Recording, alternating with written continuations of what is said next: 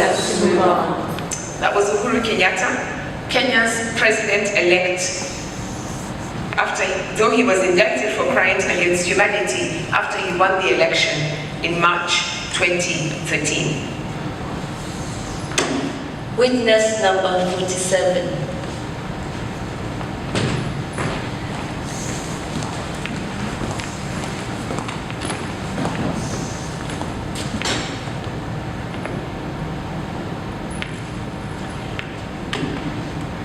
Kenya needs a great many things to happen. It needs post-election violence to unhappen. Those who are killed need to die, need to crawl from their graves in solidarity. Ashes need to burn backwards, float in air, gently and fuse themselves from wooden church doors and melted glass windows. Women need to guard their wombs, begin the process of being unwrapped, erase their memories as they become whole, and birth those children who are begotten from violence. And those displaced people, they need to move, redisplace themselves back to their original locations, retail their lands, watch the stones jump magically back into houses. The pangas need to flake off the blood, replace themselves quietly, claim back the rust that spotted them before. Kenya is moving on. Kenya is moving on.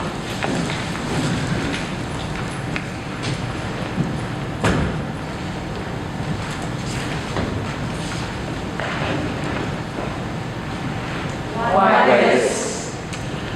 The project is fundamentally a way to make sense of the craziness we have recently gone through and geared to go through in the Kenya's foreseeable future.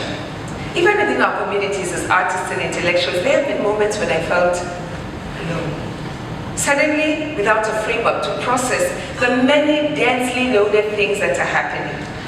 Would it have mattered so much if the witnesses hadn't been crucial to a case brought against alleged perpetrators of violence? Would it have been newsworthy if the case hadn't been before the International Criminal Court? Would anyone care if witnesses vanished, died, recanted, just like that, if the testimony did not involve very important people? It probably would. The message being sent is, if something happened, keep silent, move on, forget about it. But how can you be silent? Witness number 124, 119, 116, and 20 to stand. Witness 124, number 124. How do I forgive the murder of my father? Witness number 119. Why are we even here? Witness number 116. This witness no longer wishes to be a witness. Witness Redacted. Redacted.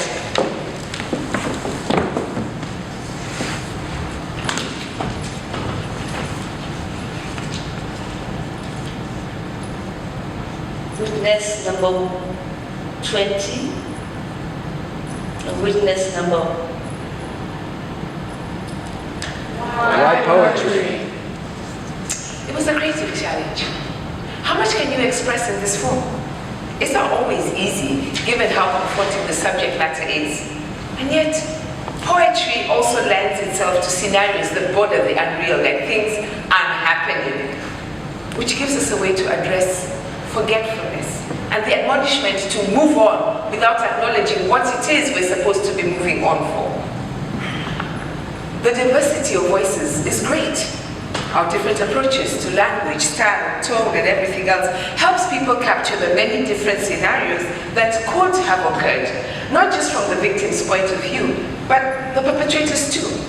How might a killer have felt? This has led to talk of the project being contradictory. Well, life is contradictory. Witness number 82.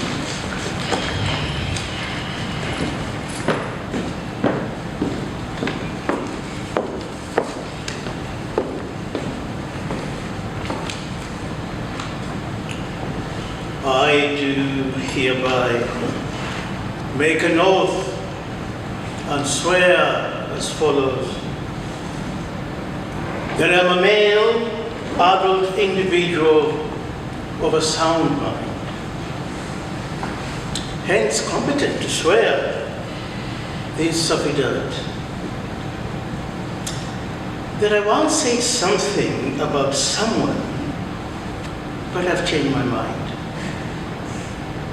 that I now revoke my testimony because I'm terrified what might happen instead.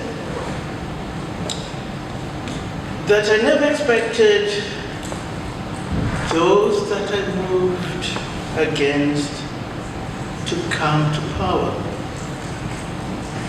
That both bribery and threats are effective tools to buy a witness.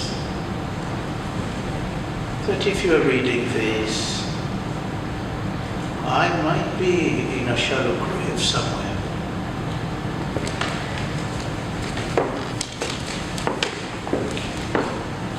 Why now? There have been many projects addressing the post-election violence. Most of them talked about promoting peace. And in that way, they were peaceful. They were successful. The elections took place peacefully. People lined up for hours and hours to vote. Kenya's populace was determined to show that we could get along, that we weren't going to be descend into the darkness that we had seen before. Witness number 115.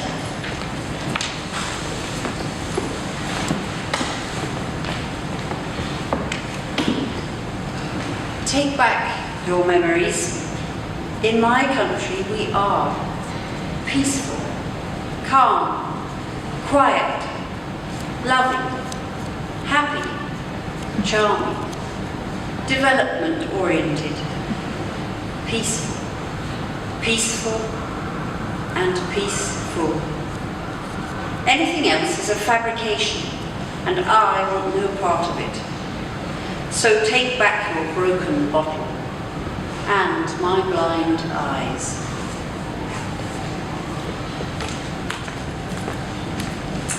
But the peace seemed a bit odd. Forced. A friend said, we talked of peace with guns to our heads. That's what it felt like. A militarized situation. Be peaceful or else. The implied threat of violence, ironically, as a reaction to anyone daring to engage in violence, seems to be what kept people in check. What is witnessing? And what is its work? Witnessing in the project is many tiered. There's witnessing in the past, particularly the 2007-2008 election violence and related death and violence, and witnessing the present. The ICC with process and its flaws, what's happening in the background to the real people involved, victims, perpetrators, and others. The project has been a way to interrogate the official story and the new propaganda and try to research the truth. And just what is the truth? To be honest, that may have turned into the murkiest concept in our country. Witness number 85.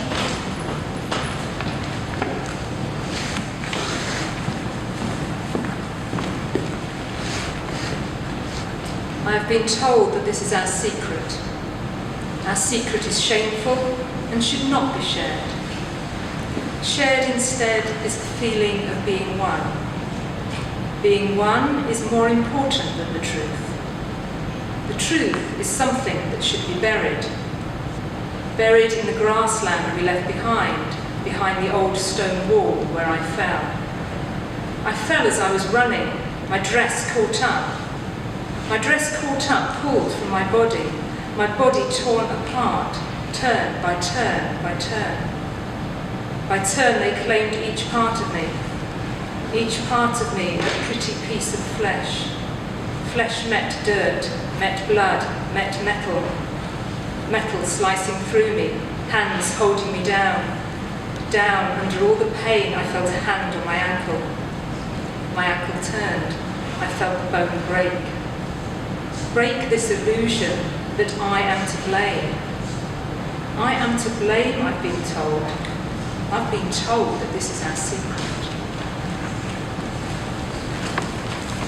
We witnessed to say what happened, trying to recall without bias and also without leaning towards any specific underlying motive, as they are many and complex. We paint the picture. We aren't the actual ICC witnesses. We watched as Kenya burned, as our compatriots tore each other apart. We took to the internet and interrogated our responsibilities as artists and writers. We came from different backgrounds, ethnicities, even different countries, but we were all concerned. So watching ICC witnesses disappearing was like watching the systematic erasure of our past. We were afraid that if everyone turned away, as many were doing, then we would forget. Witness number 135. In the days when we are forgotten, may they not light a candle. May they not picket in the streets. May they not write letters. In the days when names are statistics, 1,500 bodies, 3,000 hands, 15,000 toes, merged into one story. In those days, let them say we existed. Let them say we were there. Then we weren't. We don't have access to written statements, but we do have access to a range of media that focuses on the post-election violence and the subsequent trials. We have lived through the nightmares in our neighborhoods, our television sets, watched the footage, seen the pictures, heard the stories. These are translated into the forms that we work with. And we try to make a body of work that draws heavily from what did happen and moving beyond into statistics and moving beyond the statistics and general records to bring back the basic humanness of what happened, to show the people who are affected. We refuse to forget. We cannot afford to forget. Why not?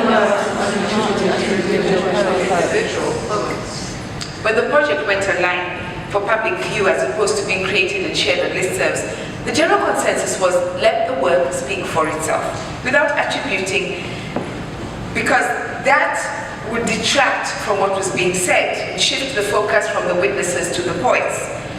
This was a collective exercise of memory, to piece together stories that we had heard, watched, read about, viewed photos of. At some point, the poet needs to step back, even though being the viewfinder. Witness number 77.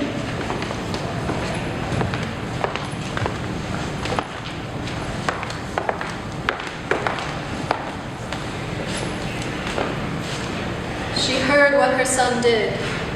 A goat was left at my door. Milk and eggs appeared when my belly started to swell. His face looks up from my breast on market days. I buy potatoes from her. One day, she might hold him. It's important to note we're not working with verified testimonies. We have nothing to do with actual ICC witnesses or witnesses to any local case. We're not working with people who knew enough to become real witnesses. We're working with our own present, our own memories, with the energy of our neighborhoods, the media, and conversations with friends over tea, biscuits, or goat meat. Names would shift focus from what we were trying to say to who was saying it. Plus, some of the poets were writing views that were the polar opposite of what they should be thinking. Anonymity gave the writers space to say what needs to be said. There was also the unspoken but implied sense of caution around the project, as the works are wont to describe the actions of some people who would not be happy with representations of the project. Witness number 72.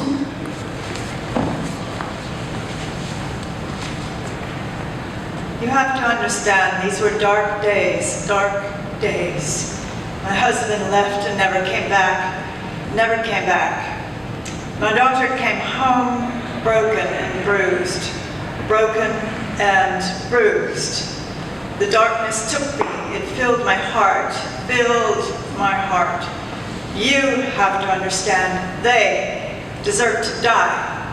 They deserve to die. Having contributions has freed the creative space. I feel that the poems that come through are more outspoken and tackle stronger themes than they would have if the poet was being named. Security aside, the funny thing about Kenya is that for most people, it's easy to tell what part of the country they come from just from their name. And it's never harder to read text on its own terms than at election time. And harder still, when the subject is so charged. It was useful to prevent people from reading anything but the text.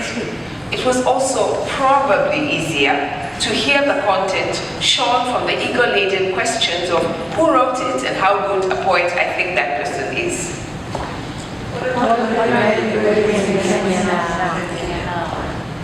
Witness number 16. Who is asking? What do you want to know? It's private. Personal. Between me and him. Her and them. Keep out! Do you know?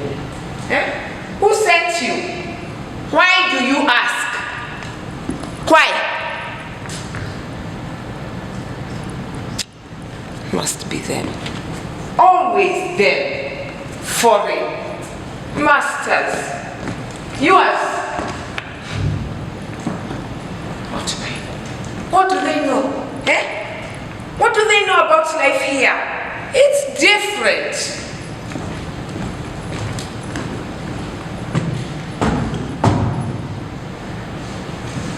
No one knows how this will play out. The country is split right down the middle between bitterness and euphoria. Even walking down the street, you pick up residual tones of feelings. Online, we will violently attack anyone who dares even suggest that Kenya is not okay. We will pull statistics about how a good country is growing economically. We will insult them, their mothers, and even their dogs. We're a ruthless lot, you see. The truth is, we're scared inside, so we'll say anything to cover up. Responses and challenges. It hasn't been easy for the poets.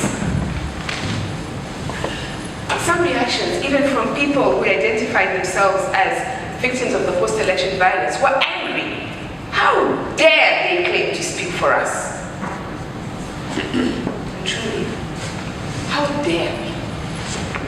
That said, they are contributing poets who are also directly affected by the violence, who recount what they experienced. It was never our intention as poets to replace the voices of ICC witnesses and 2008 survivors with our own, but more to amplify them, so that those voices don't get drowned out in the peace celebrations and moving on that occupy center stage in Kenya right now. If you think about it, what is a witness? Who is a witness? A murderer? A corpse? And what is it to witness? To see? To hear? To think? To feel? To fathom? To smell? To craft? If one was to write a poem about the 1945 war today, who would question their right to write it? Something happened, and may continue to be happening. And we absolutely cannot go prancing about as if it didn't, as if it isn't. Interlude number 5.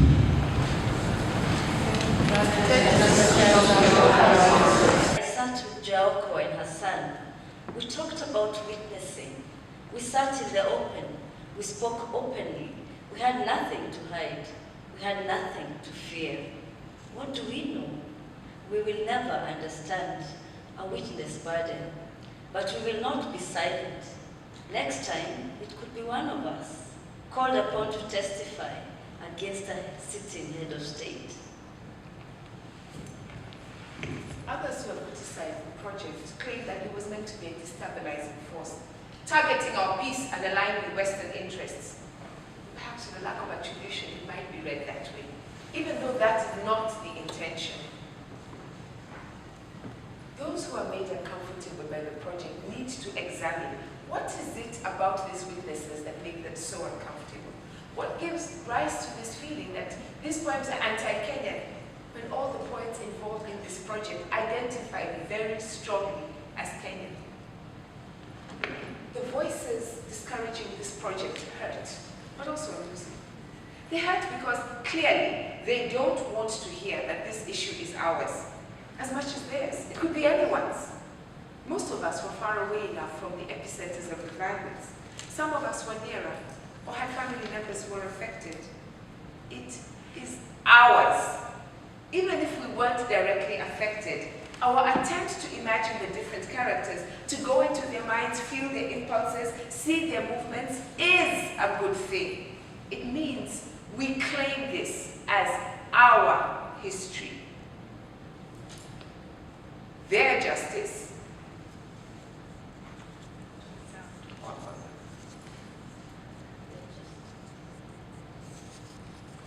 Their justice shall be our justice. And perhaps it's an invitation to others, including those even more closely impacted, to feel with us what it was like, insert their experience. Kenyans aren't good at public displays of feeling, about talking about the heart of it. In the moment, you will see our naked pain. That is why those images from 2008 are so unbearable in their own way. Because we quickly learn to cover up, to bottle up everything that's not related to the economy, to tangible things like homelessness and hunger. We know people respond to that. Witness number 24.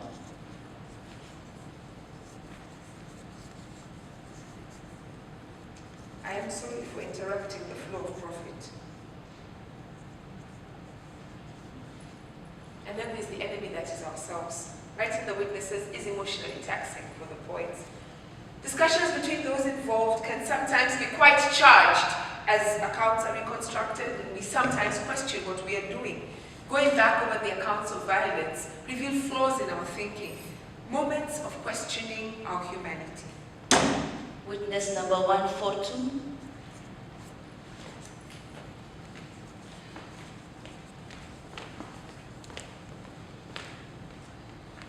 On the eve of the status conference, I expected failure from the very beginning. I took care to protect my heart from the very beginning. I was grieving from the very beginning, knowing too well how going up against the powers always ends. There's no solid way forward. When we began, I didn't even think it would last this long. We may incorporate other art forms, photography has been mentioned. We just need to keep on writing. And more people to join the project, and more people to read it. And the unfolding itself is absolutely fascinating. Having different people, different points, different views, who are also changing their own lens, keeps it fresh. But life is quickly going back to business as usual, and it's harder. There's a sense of responsibility, of owing it to the universe not to get too distracted. Right now, the message is painfully clear. No matter what else happens, we cannot let ourselves forget. We just can't. If we stay silent, and the witnesses are silenced, then all we will have to say when the post-election violence is mentioned is, it was a dark time for Kenya. Something bad happened. The end.